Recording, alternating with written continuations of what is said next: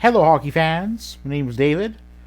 Thought I would start this video recording at 5:50 on the afternoon of Monday, 18th of April, North American Eastern Time.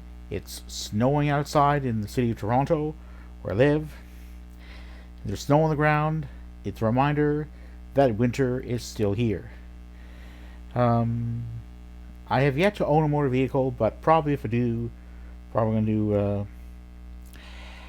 maybe wait until the last day of April to take the snow tires off, but to put them on at some point in mid-October. Maybe late in October, but enough of that. So this is about the very slim odds that the Winnipeg Jets will manage to make Stanley Cup playoffs for, was it a fourth straight season? Whatever it is. Yeah, fourth straight season. Yeah, it's definitely been a downer. And yes, I know it's tough to beat teams in Florida. I believe the Hockey Guy YouTube man, based on Lower mainland of BC, made a claim of that it had been hard for opponents of Florida teams to beat such teams in what is also known as the Sunshine State. Sun shining on the Florida teams and not on their opponents quite so much. Well, I'd say that the points against the Florida teams that the Jets did not earn might not have mattered if the Jets had managed to somehow keep going 21 points in their first 15 games right through the end of the season. They had a great March, 21 points over, was it 15 games? Was it, no, excuse me, 16 games. 21 over the first 15, so you do the math. Just go look at the standings at the moment. Alright, so we have, just to the Western Conference standings. Going to see if I can just get them here for a moment here.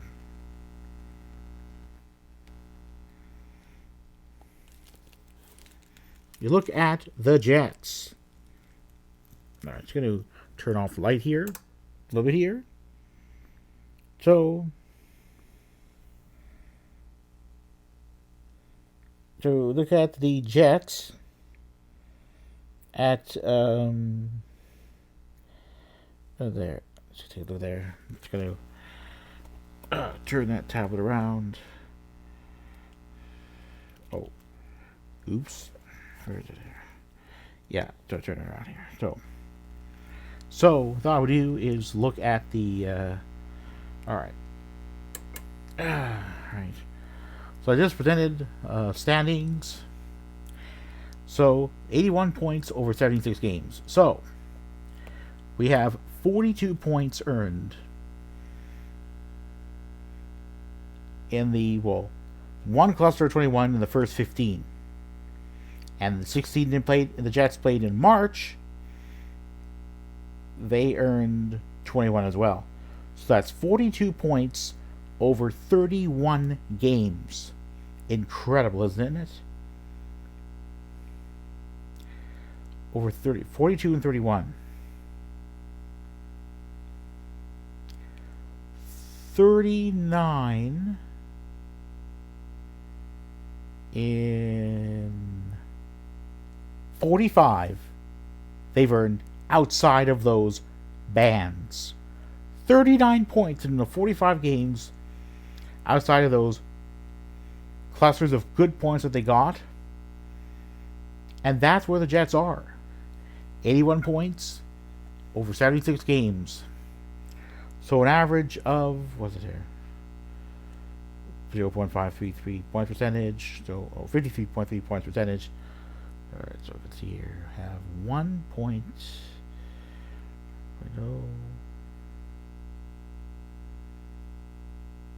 Yeah, 1.06. Yeah.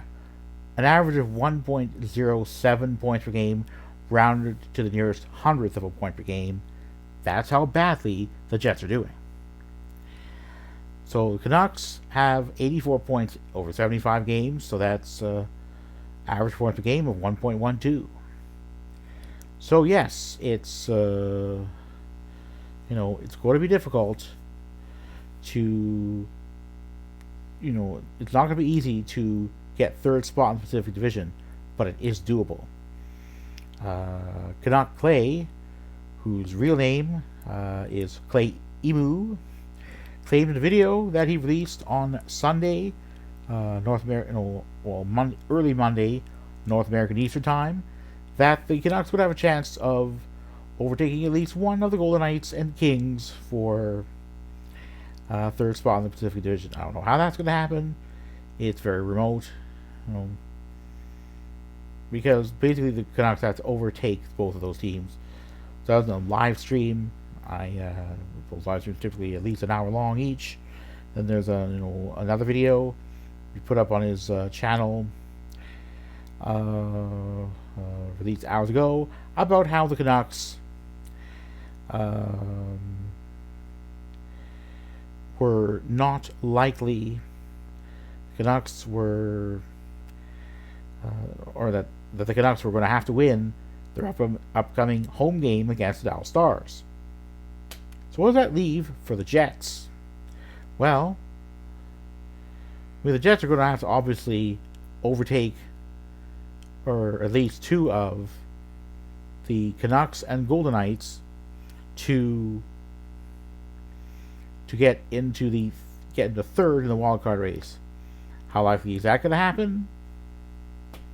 Don't hold your breath. The Jets can earn not more than 93 points. So that means Predators are out of action until Tuesday. The Dallas Stars are in action against the Canucks, so Stars win 93 points, which is the maximum the Jets can get. And I'd like to get into tiebreakers, but it's going to be soon to find out if there is one between the Jets and Stars. Which team's going to win? I go to the scores. So, in terms of former Canadian teams in action, Flames and Senators will each be in action, respectively, against the Blackhawks and Kraken. The Canucks will host the Stars. But another game for maybe relevant to the Jets, Devils facing off against the Golden Knights. But the Devils, being so far out of the playoff picture and not winning a lot of games, well, we shall see what happens. It's going to be interesting to find out what does. And in terms of games, Tuesday, Flyers coming to Toronto face my hometown Leafs. Minnesota Wild against the Habs. Well, not going to be very relevant to the Jets because, the Jets, top 3 Central Division spot is absolutely out of reach.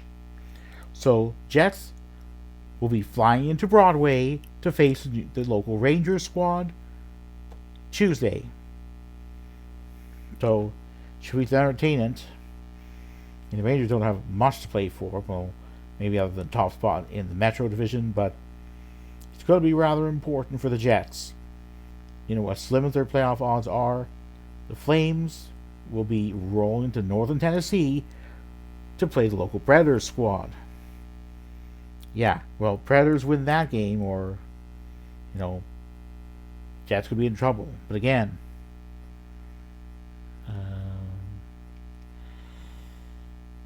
of course, the Canucks, have a game on Tuesday against the local Senators squad. So that's going to be interesting. Let's see whether I get the TSN feed or the Sportsnet one. Not going to matter. But again, the Jets are likely to be eliminated this week. The Canucks still have a chance, but as I said in my last video, they don't have much of one. Sure, the Winnipeg Jets did improve their play against the Lightning, and at least in terms of scoring goals. The Jets scored 1 goal in their blowout loss to the Panthers in South Florida, but in Central Florida against the Lightning scored 4. The Jets allowed one more goal against the Lightning than against the Panthers, but at the end of the day, more victories are meaningless. So, my message to Jets fans is simple. Please don't get the impression that your team is very likely to make it into the postseason, because it probably ain't going to happen. So, just going to put it out there, folks. Just remember my last video about teams. And Canucks fans, you have hope. But games are running out. So among Canadian teams, just to recap, the Flames and my hometown Leafs have each clinched playoff spots. The Oilers are likely to follow suit for the matter of days, perhaps later on this week.